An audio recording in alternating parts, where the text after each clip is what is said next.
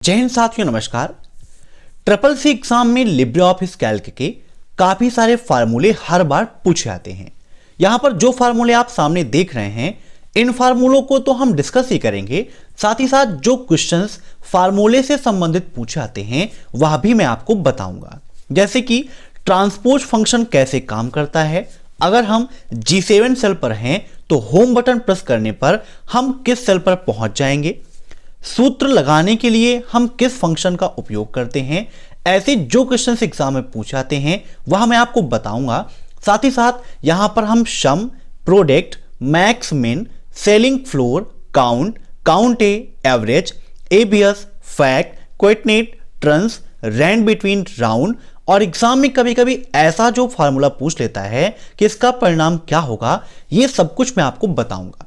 साथ ही साथ जो क्वेश्चंस यहां पर लिखे हुए हैं, जैसे कि फार्मूले लिखे हुए हैं, तो सेम डिजिट के साथ मैं बताऊंगा जो एग्जाम में पूछे जाते हैं। तो आज की यह क्लास काफी इंपॉर्टेंट होने वाली है, तो वीडियो को लास्ट तक आप जरूर देखिएगा। बहुत सारे स्टूडेंट्स पर डे पूछते हैं कि सर किस बुक से हम स्टडी करें। देखिए, बुक एक बार जो प्रिंट हो जाती है वह तब तक चलती है जब तक कि सिलेबस अपडेट नहीं होता है। इसीलिए मैंने आप सभी के लिए ई बुक बनाई है, जिसकी लिंक मैंने वीडियो के नीचे दे रखी है। उसे हम हर महीने अपडेट करते रहते हैं। जो क्वेश्चंस ट्रिपल सी एग्जाम में नए नए पूछे आते हैं उसे हम टाइम टू टाइम अपडेट करते रहते हैं। इसीलिए आप ई बुक को पढ़िए, वहां से आप आसानी से ट्रिपल सी का एग्जाम टॉप कर सकते हैं। तो सीधी बात, नो बकवास, यही है अब एक्सेल की class. Let's begin in this topic.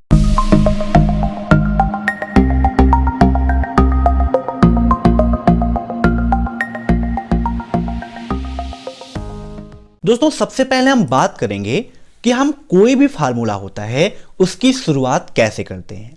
Triple C exam में क्वेश्चन पूछा आता है कि लिब्रे ऑफिस कैल्क में किसी फार्मूले की शुरुआत किस साइन के द्वारा होती है, तो आपका राइट आंसर होगा इक्वल साइन के द्वारा।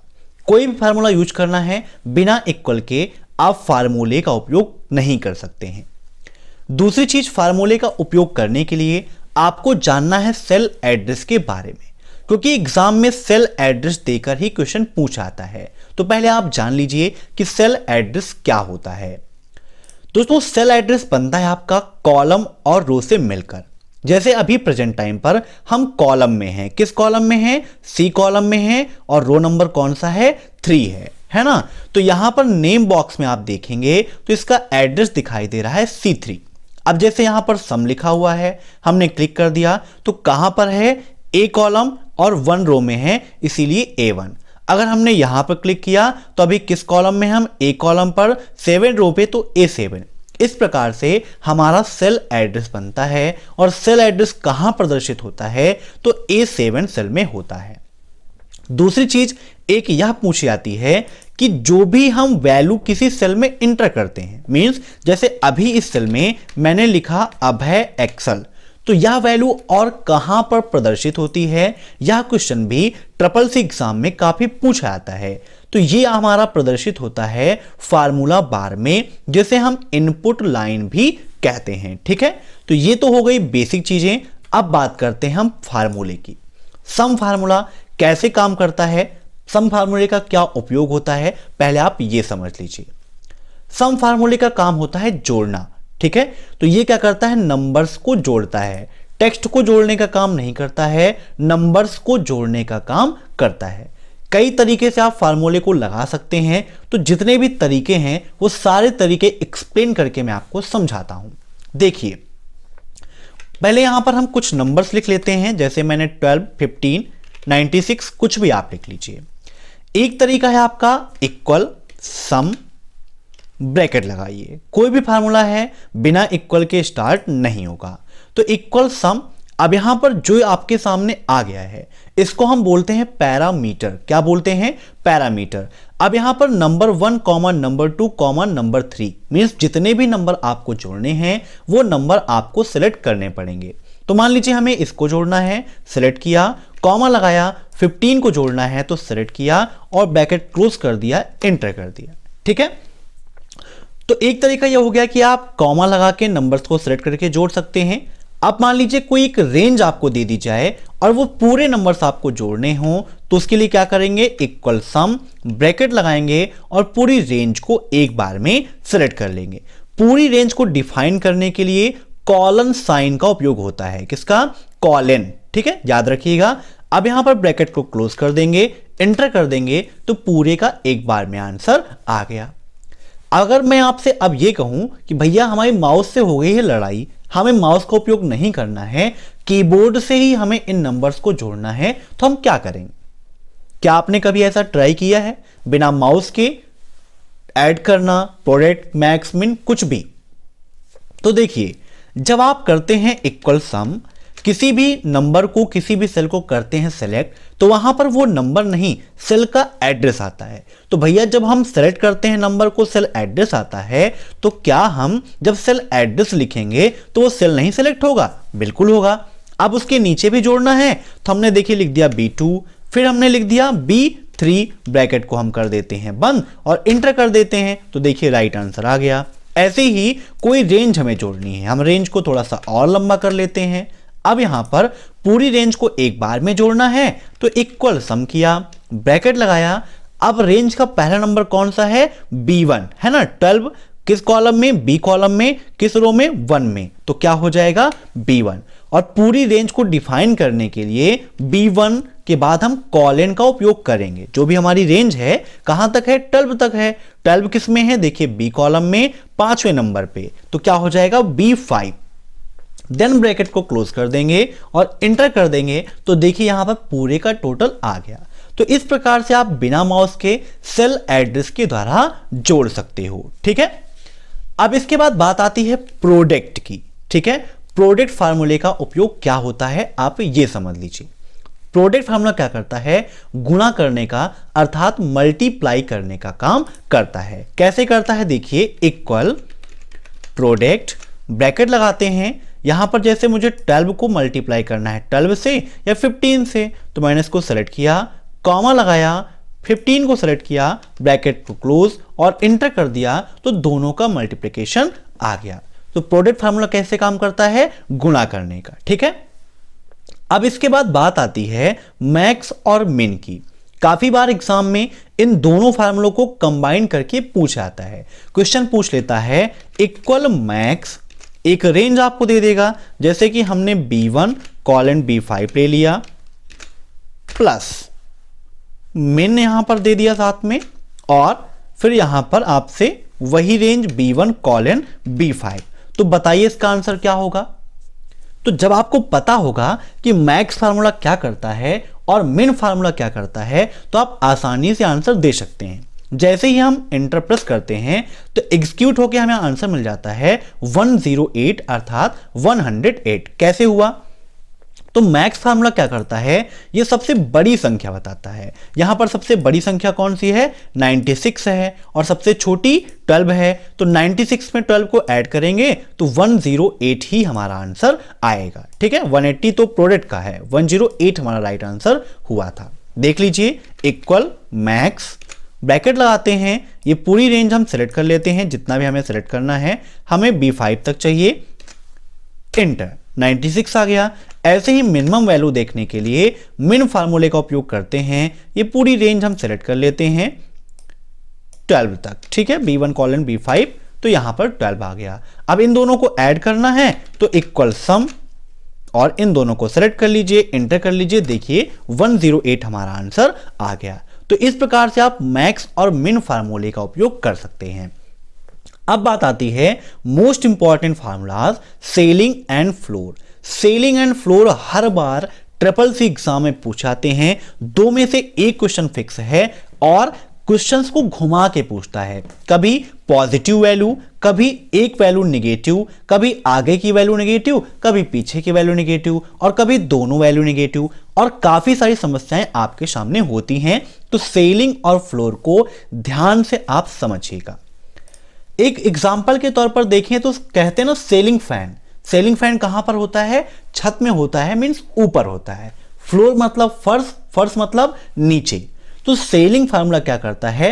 वैल्यू को इंक्रीज करके बताता है, और फ्लोर फार्मूला क्या करता है? वैल्यू को डिक्रीज करके बताता है। कैसे करता है समझिएगा। सेलिंग से जो फार्मूला आता है एक काफी फेमस फार्मूला है 120,11 का। तो 120,11 है, तो देखिए अगर आप 120 को डिवाइड करें 11 से तो जो आंसर आता है वो आता है 10.90। तो सेलिंग फार्मूला क्या करता है, इंक्रीज करके, मींस 120 को इंक्रीज करेगा। कितना इंक्रीज करेगा कि 11 से पूरी तरह से डिवाइड हो जाए, मींस एक पूर्ण संख्या हमें मिल जाए, डेसिमल प्लेस वाली ना मिले। तो 120 के बाद देखिए 121 ही एक ऐसी संख्या होती है जो पूरी तरह से डिवाइड हो जाती है। चेक करिए 121 डिवाइड बाई 11, तो यहां पर 11 आ गया। तो समझ में आया कैसे काम करता है। देखिए इक्वल सेलिंग 120,11, ठीक है, ब्रैकेट को क्लोज किया और एंटर कर दिया। तो यहां पर देखिए कितना आ गया, 121 आ गया। आप चाहें तो इसको अपने तरीके से देख सकते हैं, कोई भी संख्या ले लीजिए। मान लीजिए मैंने यहां पर ले लिया 130 और दूसरी संख्या में 11 ले लेता हूं। कौन सा, 130,11, ऊपर की वैल्यू को मैं डिलीट कर देता हूं। अब यहां पर देखिए सेलिंग फार्मूला कैसे काम करेगा, इक्वल CEILING। 130 को सिलेक्ट करते हैं, कॉमा 11 को सिलेक्ट करते हैं, ब्रैकेट क्लोज और एंटर कर देते हैं। तो कितना आंसर आया, 132 आया। कैसे आप ओरली सॉल्व करेंगे थोड़ा सा समझिए। अगर आप 130 को डिवाइड करें 11 से तो कितना आंसर आया आपका, 11.81। कितना आया, 11.81। तो आपको क्या करना है, 0.81 है तो जितना आपका ये भागफल आ रहा है ना, इसमें एक इंक्रीज कर दीजिए। तो 11 है तो 11 को कर दीजिए आप कितना, 12। मींस यहां पर जो डेसिमल प्लेस है इसको आप इंक्रीज कर दीजिए। तो यहां पर इंक्रीज किया, 12 हो गया। अब आप क्या करिए, 12 को मल्टीप्लाई करिए 11 से, देखिए कितना आंसर आ गया, 132। आप कोई भी वैल्यू ले लीजिए, जैसे कि मैंने यहां पर ले लिया कितना, 228, ठीक है, और यहां पर मैंने 12 ले लिया या 13 ले लेते हैं, ठीक है। अब देखिए यहां पर 1 इक्वल 228 डिवाइड बाई 13 कितना आ रहा है, 17.53 आ रहा है। तो इसे आप कितना मान लेंगे, 18 मान लेंगे। अब इक्वल 18 और दूसरी संख्या कौन सी थी, 13 थी। तो कितना आंसर आ गया, 234। अब सॉल्व करिए, देखिए सेलिंग फार्मूला कैसे सॉल्व होता है, इक्वल सेलिंग 228,13 ब्रैकेट क्लोज और एंटर करते हैं। तो देखिए राइट आंसर कितना आ गया, 234। मतलब जो हमारा भागफल आएगा, भागफल में एक इंक्रीज करके हम दूसरी संख्या से गुणा कर देंगे तो हमारा सेलिंग का आंसर आ जाएगा। इस ट्रिक का आप उपयोग कर सकते हो। चलिए अब समझ लेते हैं फ्लोर फार्मूले को। उसके पहले सेलिंग की नेगेटिव वैल्यू कैसे काम करती है यह समझ लीजिए। तो इक्वल सेलिंग,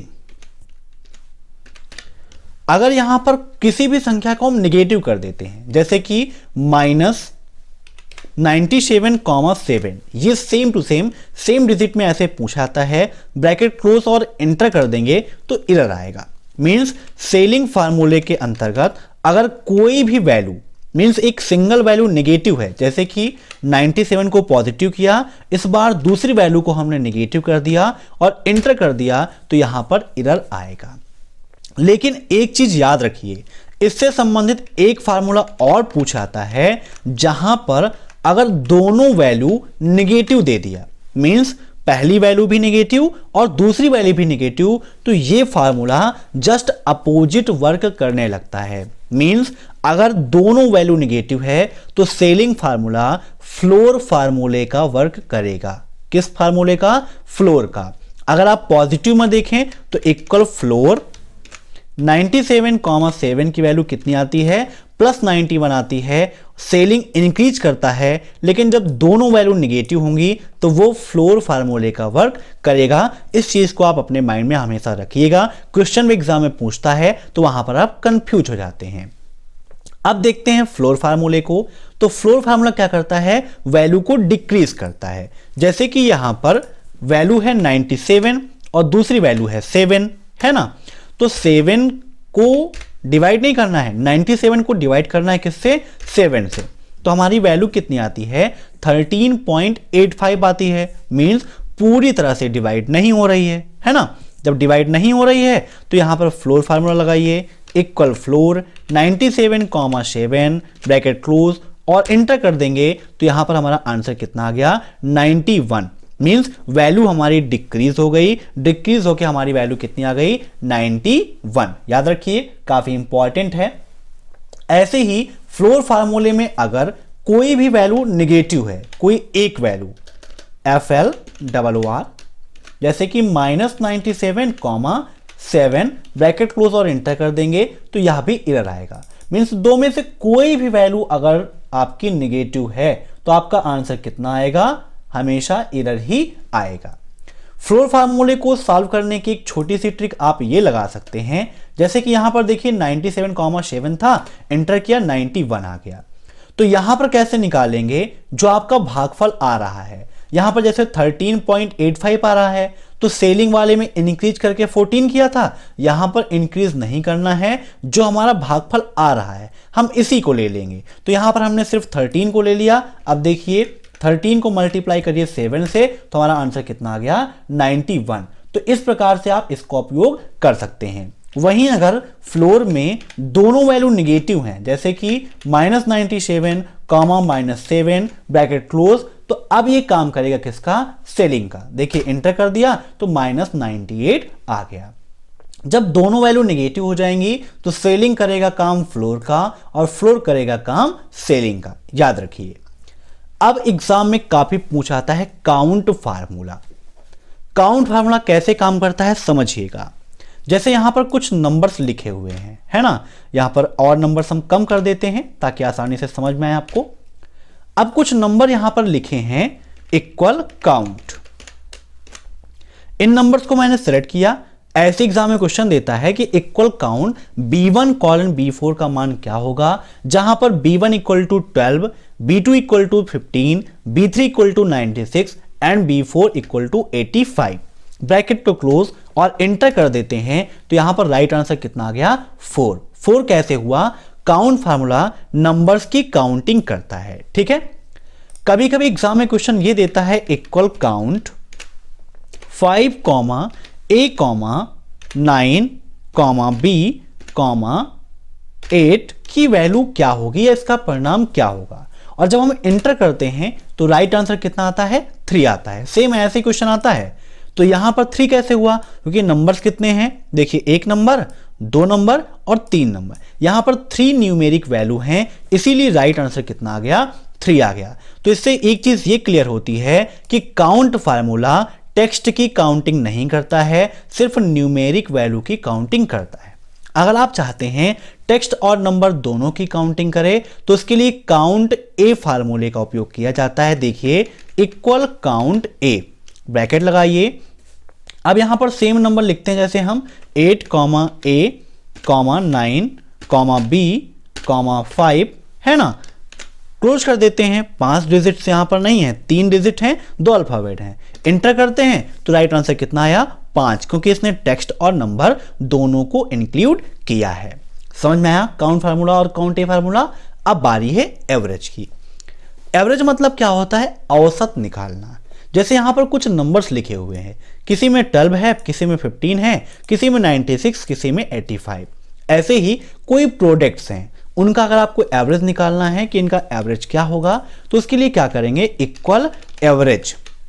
देखिए एवरेज के लिए ये पूरा फार्मूला लगाया जाता है। कभी कभी एग्जाम में पूछ लेता है एवीजी फार्मूला, तो एवीजी नेम का कोई फार्मूला यहां पर काम नहीं करता है या कोई फार्मूला नहीं होता है। एवीजी क्या है, आपका एक एंटीवायरस है, याद रखिएगा, CCC में काफी पूछा जाता है। तो एवीजी क्या है, एक एंटीवायरस है, ना कि कोई फार्मूला। एवरेज का फार्मूला क्या है, इक्वल, एक मिनट, इक्वल एवरेज।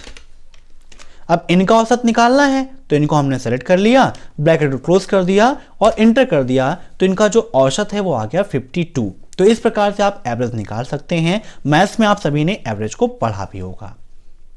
अब यहां पर बात आती है एबीएस फार्मूले की। एबीएस फार्मूला कैसा वर्क करता है, ये निगेटिव वैल्यू को पॉजिटिव बनाता है। जैसे कि दी गई कोई वैल्यू 96 निगेटिव में है तो इसको ये पॉजिटिव कर देगा। इक्वल एबीएस, -96 को सेलेक्ट किया, ब्रैकेट क्लोज और इंटर कर दिया, तो राइट आंसर कितना आ गया 96 आ गया। समझ में आया। अब बात करते हैं हम फैक्ट फार्मूले की। फैक्ट को हम बोलते हैं फैक्टोरियल। फैक्टोरियल फार्मूला क्या करता है, यह प्रीवियस मल्टीप्लाई करता है। जैसे कि अभी यहां पर हम 3 का फैक्टोरियल निकालते हैं, तो 3 का फैक्टोरियल क्या करेगा, 3 इंटू 2 इंटू 1 मीन्स 3 का गुणा 2 में, फिर 2 का गुणा 1 में, तो कितना आंसर आएगा, 6 आएगा।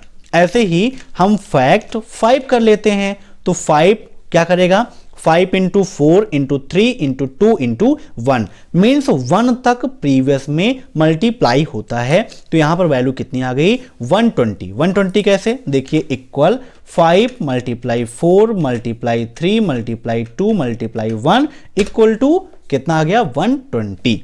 तो फैक्ट फार्मूला क्या करता है, प्रीवियस मल्टीप्लिकेशन मीन्स अगर आप 10 का निकालोगे तो क्या होगा, 10 में पहले 9 का, फिर 8, फिर 7, फिर 6, 5 4 3 2 1 तक ऐसे यहां पर मल्टीप्लाई होगा। अब यहां पर दिया गया है कोएफिशिएंट फार्मूला। ये काफी इंपॉर्टेंट है, प्रीवियस एग्जाम में काफी बार पूछा गया है। और कौन सा फार्मूला पूछा गया है, विद नंबर आप देखिए। तो यहां पर ये पूछा जाता है इक्वल, ठीक है, 5,2 एक ऐसे पूछता है 5,2 का मान क्या होगा। तो यहां पर देखिए हम एंटर करते हैं तो एग्जीक्यूट होकर आंसर मिलता है 2 कैसे होता है, देखिए इक्वल 5 डिवाइड बाई 2 मीन्स 5 को 2 से भाग देंगे तो जो राउंड फिगर आएगा वो कितना आएगा, 2 आएगा। ठीक है, तो ये भागफल का राउंड फिगर हमें बताता है, मीन्स कोई भी वैल्यू है, कोई भी बड़ी संख्या है, इक्वल 155 डिवाइड बाई 13, तो यहां पर राउंड फिगर कितना है, 11 है, तो इसका राइट आंसर कितना होगा, 11 होगा। चेक कर लीजिए, इक्वल QUOTIENT और नंबर यहां पर कितना था, 155 13 था शायद ना, ब्रैकेट क्लोज और एंटर। तो यहां पर देखिए राउंड फिगर कितना आ गया, 11 आ गया। तो ऐसे ये राउंड फिगर में वर्क करता है। अब बात आती है ट्रांस फार्मूले की। ट्रांस फार्मूला कैसे काम करता है, देखिए जैसे यहां पर ये आंसर आया हमारा 11.9230, इसको हम फिर से लिख लेते हैं 11.92307692। अब हमसे बोला जाए ट्रांस फार्मूले को सॉल्व करिए, जो क्वेश्चन आता है वो ऐसे आता है, इक्वल ट्रांस 11.92307692, 2। ठीक है, ऐसे पूछ लेता है। तो ट्रांस फार्मूला क्या करता है, जैसे कि कॉमा के बाद में 2 है तो डेसिमल के 2 प्लेसेस को ही रिप्रेजेंट करेगा। अगर 3 लिख दिया तो डेसिमल के 3 प्लेसेस को करेगा, ब्रैकेट क्लोज और एंटर कर देंगे तो देखिए कितना आ गया, 11.923, क्योंकि यहां पर कितना लिखा था, 3 लिखा था। अगर हम 2 कर देते हैं तो देखिए सिर्फ 2 प्लेसेस तक ही कैलकुलेशन होगी, मीन्स वहीं तक इसका आंसर आएगा। ठीक है, तो इस प्रकार से आप ट्रांस फार्मूले को सॉल्व कर सकते हो। अब बात आती है रैंड बिटवीन की। रैंड बिटवीन क्या करता है, जैसे कि मान लीजिए कहीं पर आपको किसी एक फिक्स नंबर की वैल्यू चाहिए, मीन्स आपने एक क्राइटेरिया दे दिया कि आपको 20 से 30 के बीच के ही मार्क्स चाहिए या नंबर चाहिए। मान लीजिए मुझे इतने में चाहिए पूरे में, तो हमने क्या किया, इक्वल रैंड बिटवीन, ब्रैकेट लगाया, कितने की वैल्यू 20,30, तो 20,30 लिख के कंट्रोल एंटर यहां पर हम कर देते हैं एंटर, तो देखिए एक वैल्यू यहां पर कितनी आ गई, 22। इसे ड्रैग कर देते हैं तो देखिए यहां पर 30, 29, 23, 27, ये वैल्यू क्या है आपकी, सारी वैल्यू 20 से 30 के बीच हैं। यहां पर ड्रैग कर दिया तो इतने में भी वही संख्याएं आपकी आ जाएंगी जो 20 से 30 के बीच होंगी। तो इस प्रकार से कोई भी क्राइटेरिया आप दे सकते हैं, जैसे यहां पर अगर हम कर देते हैं 45, 69 और एंटर कर देंगे तो उसी के बीच की वैल्यू यहां पर आ जाएगी। ठीक है, समझ गए। अब आती है बात राउंड फार्मूले की। राउंड फार्मूला आपके लिए काफी इंपॉर्टेंट है और एग्जाम में कई तरीके से पूछा जाता है, तो राउंड फार्मूले को आप ध्यान से समझिएगा। आज का सबसे इंपॉर्टेंट फार्मूला है राउंड फार्मूला। देखिए राउंड फार्मूला क्या करता है, राउंड फिगर के अकॉर्डिंग कैलकुलेशन करता है।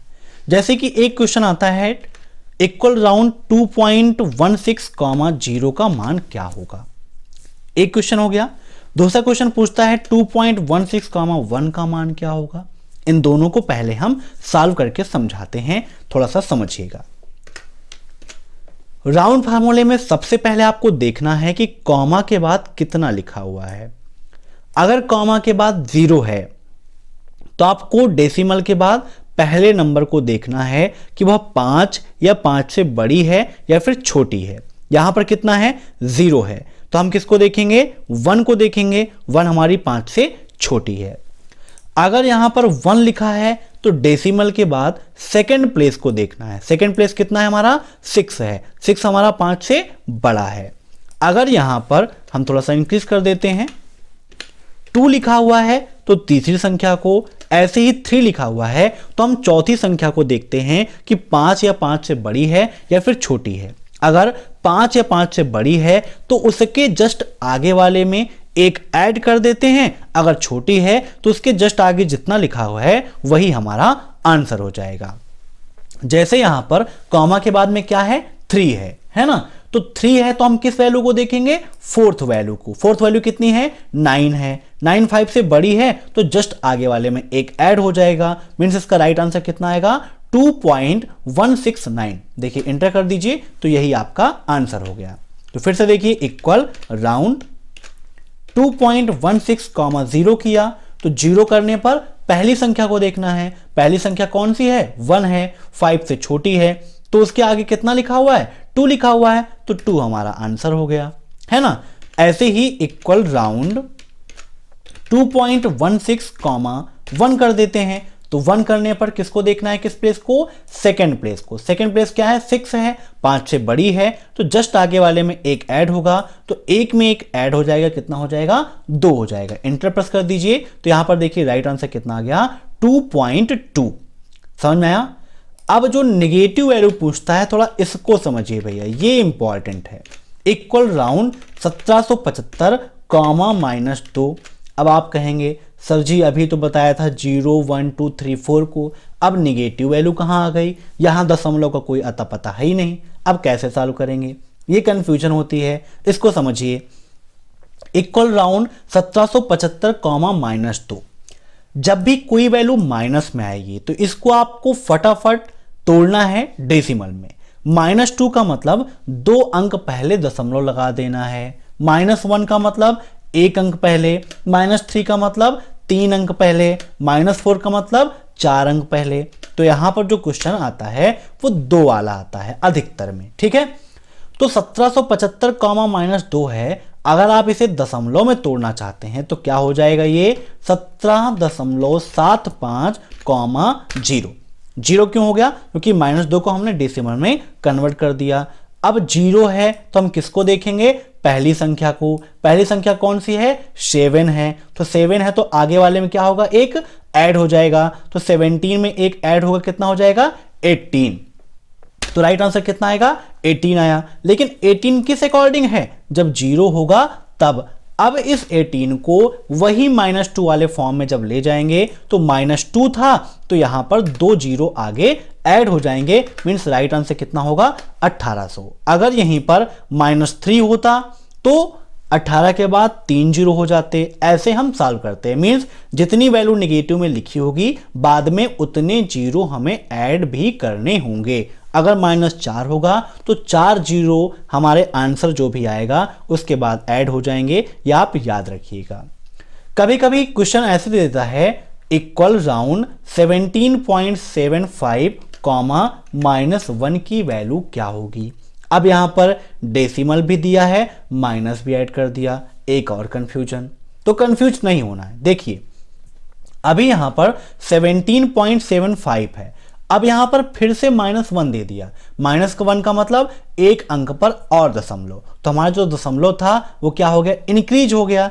तब इसका आंसर कितना आ गया, 20। 20 कैसे हो गया, जो हमारा दशमलव था जब इसको जब 0 में कन्वर्ट करेंगे तो एक अंक आगे और दशमलव आ जाएगा, मीन्स ये कितना हो जाएगा, यहां से दशमलव हटेगा और 1.775 हो जाएगा। जब 0 है तो किसको देखेंगे, पहली संख्या को। पहली संख्या कौन सी है आपकी, 7 है। 7 5 से बड़ी है तो आगे वाले में एक ऐड हो गया, आगे वाले में एक ऐड हुआ, कितना आंसर आया, 0। अब निगेटिव वैल्यू कितनी थी, -1 थी, तो 2 के आगे एक 0 ऐड हो जाएगा, तो आंसर हमारा कितना हो जाएगा, 20 हो जाएगा। तो इस प्रकार से राउंड फार्मूले को आप आसानी से सॉल्व कर सकते हैं। एक क्वेश्चन एग्जाम में ये पूछता है, equal double invert comma hello double invert comma close and लगाते हैं, फिर 2 बार double invert comma and double invert comma word double invert comma close का मान क्या होगा, इसका परिणाम क्या होगा। तो देखिए equal double invert comma hello, जो भी वर्ड आप लिखेंगे आएगा हेलो, फिर यहां पर हम एंड लगाते हैं, फिर डबल इनवर्ट कॉमा। अब इस डबल इनवर्ट कॉमा के बीच में अगर स्पेस आप देंगे तो जैसे यहां पर हेलो वर्ड के बीच में स्पेस है, स्पेस आएगा। अगर यहां पर स्पेस नहीं देंगे तो स्पेस नहीं आएगा। अब यहां पर देखिए हम स्पेस नहीं देते हैं, ठीक है, और फिर से हम लगा देते हैं एंड डबल इनवर्ट कॉमा लगाते हैं और यहां पर लिख देते हैं word double invert comma close और इंटर कर देते हैं। तो देखिए विदाउट स्पेस में आया है, जबकि यहां पर देखिए हमने स्पेस दिया है तो यहां पर स्पेस आया था। अगर हम और स्पेस दे देते हैं तो हेलो वर्ड में देखिए और स्पेस हो गया है, ठीक है। तो इस प्रकार से इसको हम सॉल्व करते हैं। अब जो क्वेश्चन पूछ जाते हैं थोड़ा सा उसको ध्यान लेते हैं। एक क्वेश्चन पूछता है कि इक्वल a1 प्लस a2 का मान क्या होगा। a1 की वैल्यू कुछ भी नहीं दिया है, a2 की वैल्यू कुछ भी नहीं दिया है, पूछता है इक्वल a1 प्लस a2 का मान क्या होगा। तो देखिए कैसे सॉल्व करेंगे, यहां पर हम इसको डिलीट कर देते हैं, a1 में भी कुछ नहीं है, a2 में भी कुछ नहीं है, तो इक्वल a1 प्लस a2 और इंटर कर देते हैं। तो कितना आंसर आ रहा है, देखिए यहां पर 0 आ रहा है, क्योंकि a1 में भी कुछ नहीं है, a2 में भी कुछ नहीं है, तो यहां पर 0 आ रहा है, ठीक है, याद रखिएगा। एक क्वेश्चन ये पूछता है कि अगर हम अभी G7 सेल पर हैं, G7 मतलब G कॉलम और 7वें नंबर मीन्स यहां पर है ना, G7 पर हैं और हम होम बटन प्रेस करेंगे तो कहां पर पहुंचेंगे। तो ये G और 7 अभी यहां पर हैं, होम की हम प्रेस करते हैं तो देखिए कहां पर आ गए हम A7 पर। मतलब होम की प्रेस करने पर आप लाइन के स्टार्टिंग में जाते हो और कंट्रोल प्लस होम करने पर आप डॉक्यूमेंट के स्टार्टिंग में जाते हैं। आप किसी भी सेल में हैं, हम जैसे F में हैं या G में हैं, H में हैं, I में हैं, I15 में हैं, अगर होम प्रेस करेंगे तो हम रो में पहले पोजीशन पर जाएंगे और पहला कौन सा होता है हमारा A1 होता है। लेकिन अभी हम 15 नंबर पे हैं तो कहां जाएंगे A15 पर। देखिए कहां पर आ गए हम A15 पर आ चुके हैं, लेकिन कंट्रोल प्लस होम करते तो हम A1 पर डायरेक्टली जाते। दूसरा क्वेश्चन ये पूछा जाता है कि अगर A1, A2, A3 और A4 में कुछ नंबर हैं, जैसे कि हम यहां पर लिख लेते हैं A1, A2, A3 और A4 में कुछ नंबर हैं, अगर इन्हें हम ट्रांसपोज करते हैं तो सेल का एड्रेस क्या होगा। क्वेश्चन को ध्यान से सुनिए। A1, A2, A3, A4 में कुछ नंबर हैं, अगर इन्हें हम ट्रांसपोज करेंगे तो सेल एड्रेस क्या होगा। अभी जब लिब्रे ऑफिस कैल्क का तीसरा पार्ट मैंने पढ़ाया था manipulations of cell and sheets का, तो वहां पर ट्रांसपोज फंक्शन को समझाया था पेस्ट स्पेशल के अंतर्गत। तो यहां पर देखिए क्या होगा, सबसे पहले इसे हम कॉपी कर लेते हैं। कॉपी करने के बाद कर्सर को यहीं पर रखते हैं और हम कंट्रोल शिफ्ट वी प्रेस करते हैं। इससे क्या होगा, पेस्ट स्पेशल डायलॉग बॉक्स हमारा ओपन हो जाएगा। अब यहां पर ट्रांसपोज फंक्शन को आपको सेलेक्ट करना है और ओके कर देंगे। जब ट्रांसपोज फंक्शन को सेलेक्ट करके ओके कर देंगे तो यहां पर आप देख सकते हैं कि 1, 2, 3, 4 जो है ये आपका ट्रांसपोज हो चुका है। ट्रांसपोज होने पर सेल का एड्रेस क्या है इसका, A1, B1, C1 और D1। तो आंसर क्या हो जाएगा, A1, B1, C1, D1। Transpose function क्या करता है, ये कन्वर्ट करता है वर्टिकल को हॉरिजॉन्टल में और हॉरिजॉन्टल को वर्टिकल में। एक क्वेश्चन आपके एग्जाम में और पूछा जाता है कि इक्वल मिन, ठीक है, कैसे पूछता देखिए, इक्वल मिन 5, 7, 2। यहां पर डिवाइड का सिंबल लगेगा, फिर यहां पर पूछता है count A, B bracket close और क्लोज करके एंटर कर देंगे तो इसका वैल्यू कितना आएगा, तो एरर आएगा, क्योंकि देखिए यहां पर मिन में तो 2 निकल गया, लेकिन जब हम डिवाइड करेंगे काउंट A, B से तो हमारा कुछ भी आंसर नहीं आएगा, मतलब 0 होगा। तो जब इससे डिवाइड कर देंगे तो जो यहां पर आंसर आएगा वो आएगा हैज div/0 एक्सक्लेमेटरी सिंबल। याद रखिएगा ये एरर होती है। अगर किसी एरर में ऐसे लिखा हुआ है इक्वल नेम, है ना, ऐसी एरर जो आती है इसको हम फार्मूला एरर के नाम से जानते हैं। किस नेम से? फार्मूला एरर के नाम से जानते हैं।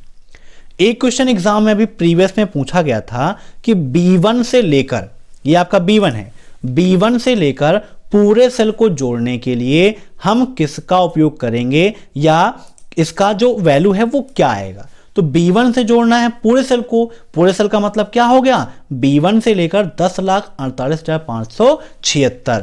तो इसका आंसर क्या होगा, इक्वल सम B1 कॉलन B 10,48,576, क्योंकि जो रो की संख्या होती है लिब्रे ऑफिस कैल्क में वो होती है 10,48,576। ठीक है, तो यहां पर हमारा आंसर कितना आ गया, 0 आ गया, क्योंकि किसी भी सेल में कोई भी वैल्यू नहीं है, इसीलिए हमारा आंसर आ गया 0। और 2 बार हमारा क्यों आया एरर, क्योंकि यहां पर टेक्स्ट लिखा हुआ था और सम फार्मूला टेक्स्ट की काउंटिंग नहीं करता, ये उस पर कैलकुलेशन नहीं करता।